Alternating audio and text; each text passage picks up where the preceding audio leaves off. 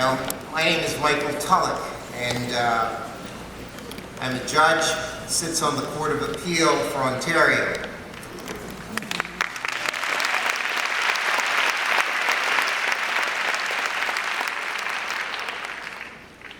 I'm very honored to be here this morning, and honored and appreciative to the family of late Dr. Reverend Audley James for giving me the privilege to participate in his homegoing service this morning. I'm here to read a number of tributes, but before that, I want to give my own, because I had a very personal relationship with the late Dr. Reverend James.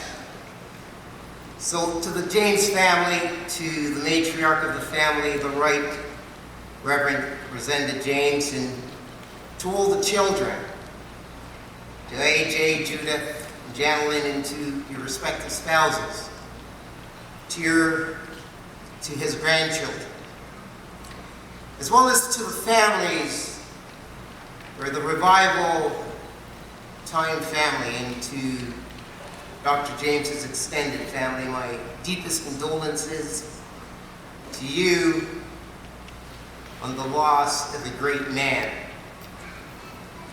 The transition of Dr. James is a personal loss to you, his family, but it is also a collective loss to all of us.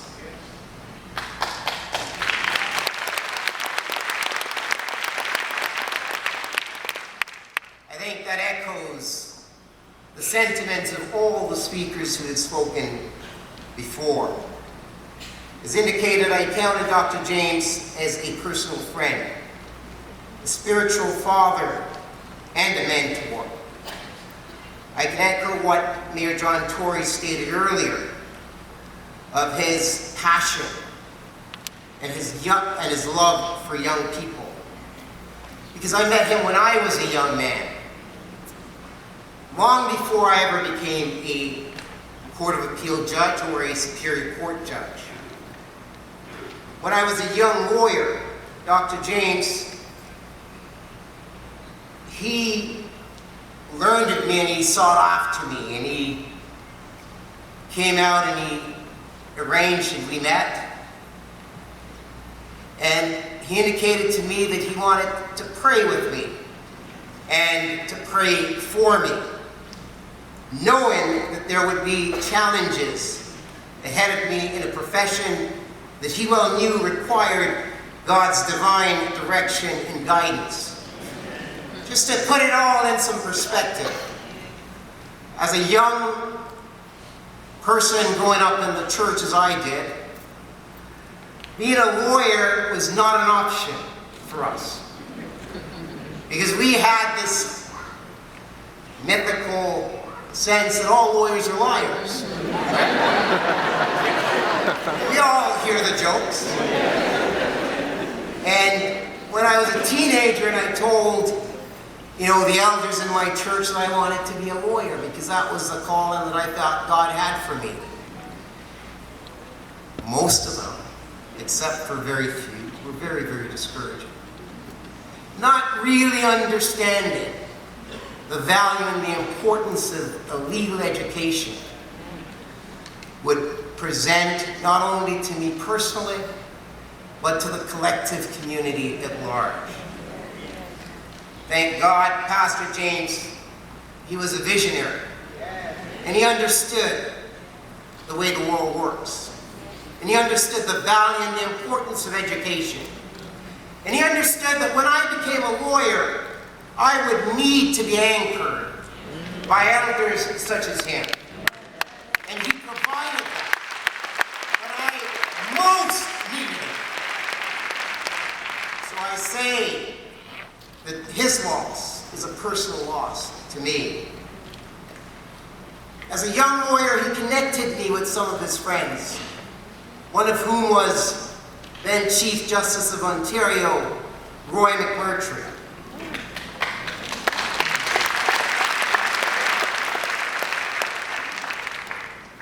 And another friend of his, and I'm sure Revival Times know George Carter.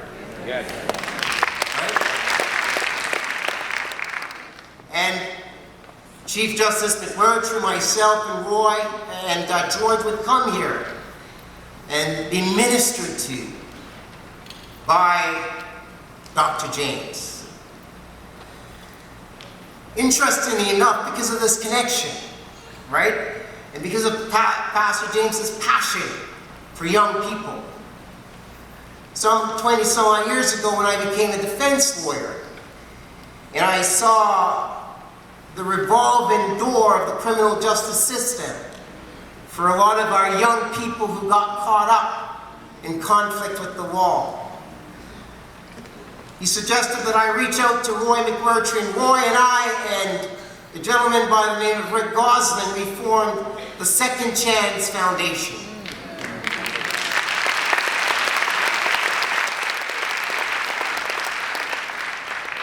And we've given scholarships to thousands of young people through all the colleges and universities in Ontario, changing their lives and making them contributing members of the society. I attribute that divine connection directly to the outcome that Pastor James provided.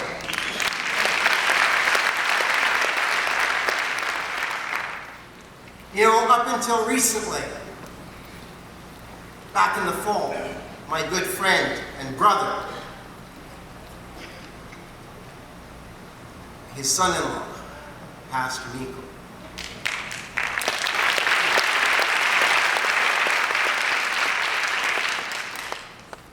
and I say my friend because we're brothers, right? We go way back. We studied the Bible together. And, you know, we cried together. We prayed together. And Pastor, you know, it was on my heart. I said to Pastor Nico, you know, let's connect with Pastor James and have lunch. And just before that, it's interesting, right? Because there was another connection between Pastor James and I, and that was a minister by the name of Michael Tabolo, who was here this afternoon. And at the time, Michael was the minister in charge of correctional services and the police in Vaughan. And we talked about how can we address some of the issues facing our young people, and how can the government of Ontario assist in that regard. And so we reached out to Pastor James, and Reverend Meeklin and myself, we sat and we strategized, and we were devising strategies as to how to address issues surrounding gun violence and gun and gang violence within our community that's ravishing our young people.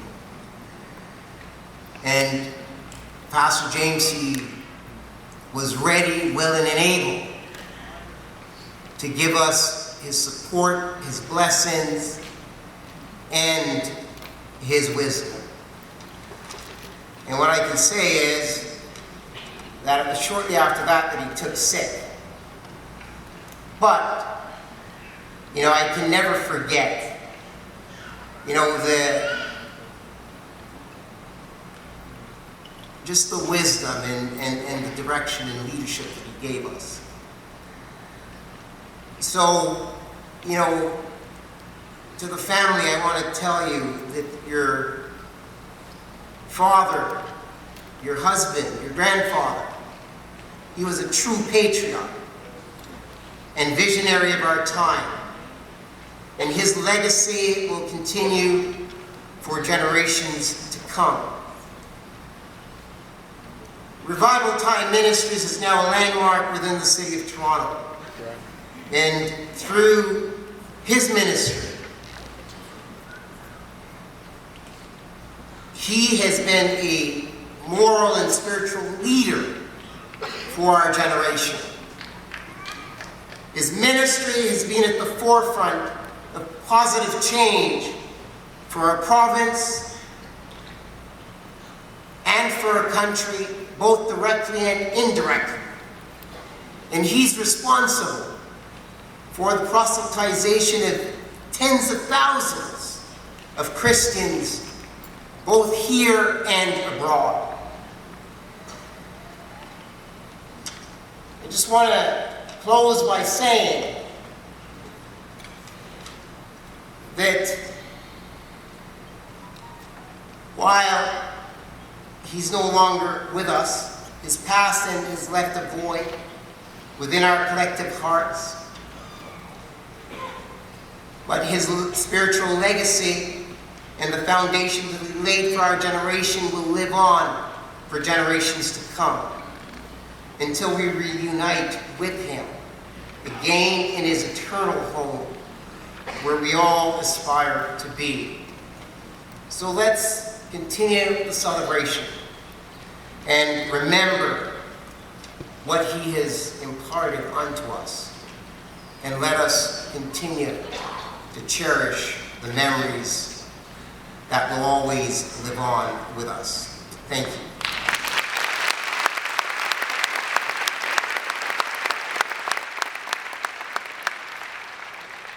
Now I will read two tributes. The first from our Lieutenant Governor, the Honorable Elizabeth Dowswell, and it reads as follows. Dear Mrs. James and family, I write to convey my sincere condolences on the death of your beloved husband, the Reverend AUDLEY James. Achieving social cohesion and resilience depends in great measure on values anchored within faith traditions, which is why AUDLEY's lifelong contributions as a celebrated pastor were and continue to be so significant. He recognized the power that comes from fostering intergenerational ties, over and over connecting congregants to people and places beyond our borders, as we all strive to build a world that works for everyone. May you take comfort in the enduring quality of his legacy and in a lifetime of happy memories. Sincerely, Elizabeth Dowswell, Lieutenant Governor for Ontario.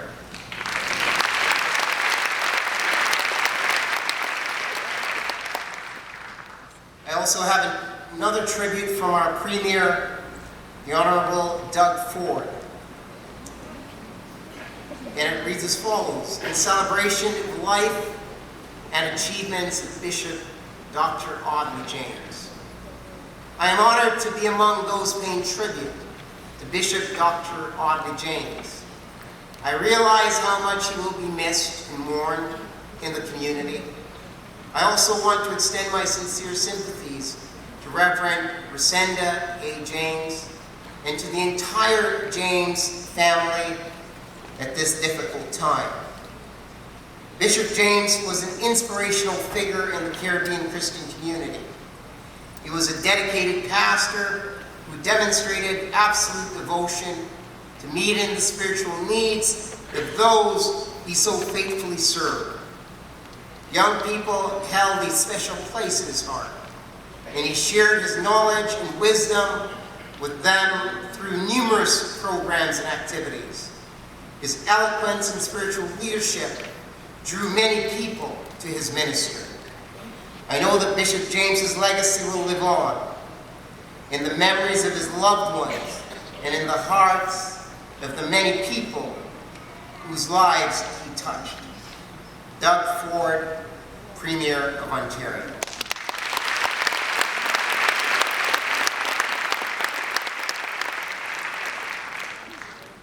Okay, at this time I'm going to call a number of community leaders to give their personal tributes. So I would ask them to come forward as I call their names. Councillor James Pasternak, Toronto City Council, Ward 6. Dr. Alvin Curlin, former Speaker of the Legislative Assembly.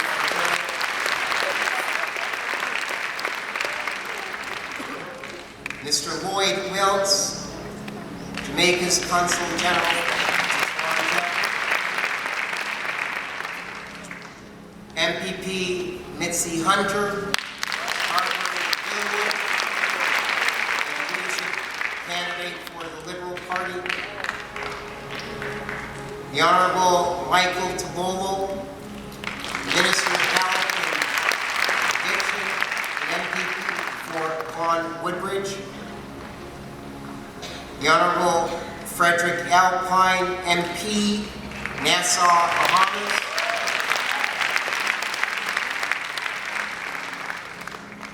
The Honorable Michael Levitt, MP, York Centre.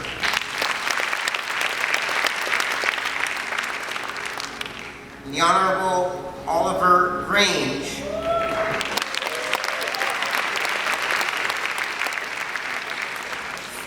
Minister for Sports and Youth in Jamaica, for the Jamaican government, and MP for the St. Catharines Central riding.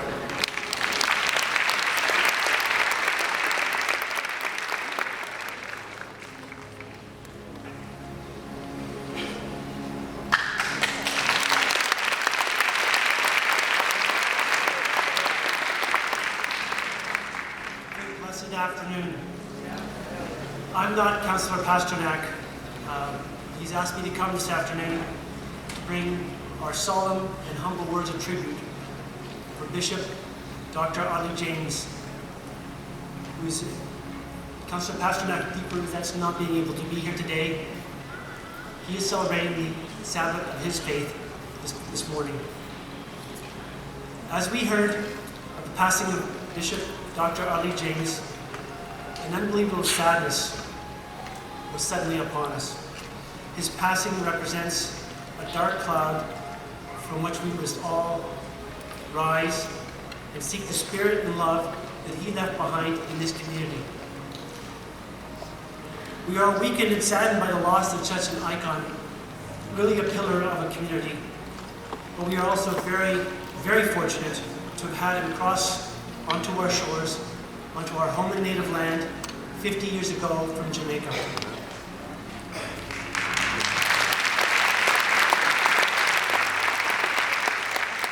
When we connect the dots of who we are, where we come from, where we want to be, we are a city that needs the spirit and shared love that comes from our clergy, from our houses of worship, and from the very cherished belief that we are richer not from who we exclude, but who we include.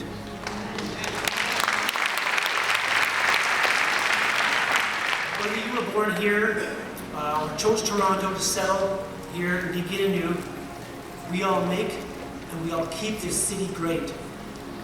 We go about our daily lives in peace and comfort and freedom and dignity. But we must work as one, sharing not just the postal code, not just a neighborhood, not just a congregation, but the faith, values, and character who make us all who we are.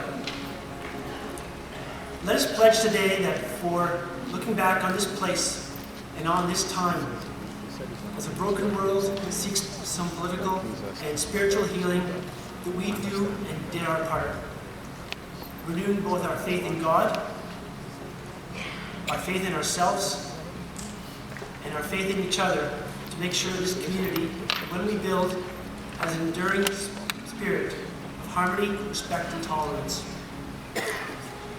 Bishop Dr. James taught us that restraint in society leads to the civility and the respect that we all need, we all very much cherish. Our urban mission of generosity goes well beyond the home. Our world lens ensures that ours is a city with no closed doors, with no glass ceilings, with no artificial boundaries. And the welcome door is a permanent source of opportunity for those who seek it. Dr. James opened that door. We are all in the end immigrants and newcomers, and we must remind ourselves of that. We all know, we all have our personal stories of ourselves, of our parents, of our grandparents who came here with little or nothing. They met people who helped them along the way, and we all understand that that shared generosity helps us all. Bishop Dr. James taught us that we never kick a ladder down behind us. It's there for the next ones. He, of course, ministered in Canada, in the United States, but also in the West Indies, in Africa, in Israel. We should all hope to be so well-traveled and well-respected. At the end of the day, we need the crucial role that clergy play in guidance and faith, ensuring that the city we call home and the country that we know and love will retain these very enduring qualities. For Bishop James, as we shuffle out of this great hall later this afternoon, saying our final goodbyes, we know that his time on earth will be cherished, and we must cherish our own. But most importantly, he left us with the most important and vital lesson of all, that God's work in this world must truly be our own. Good, blessed afternoon, and thank you.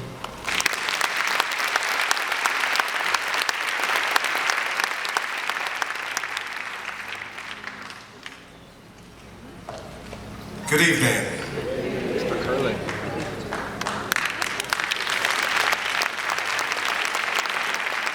Today is really a blessed day. Amen. And I say that with all respect and humility, because of the man in which we are really talking about today. He lies very humble here, but quite expressive. In each one of us here, as we all had some encounter with this wonderful man, Bishop Dr. AUDLEY Neville James. As I listen to the eulogies being said, all of what he has done come home to me. I will share with you a couple of stories too, because that's the only way I can ever express Dr. James. I once said to him that I had hoped, and I came from a large family of 9 too, and I always said to him, I told my mom that I want to be a minister. One day, be a minister. And I tried,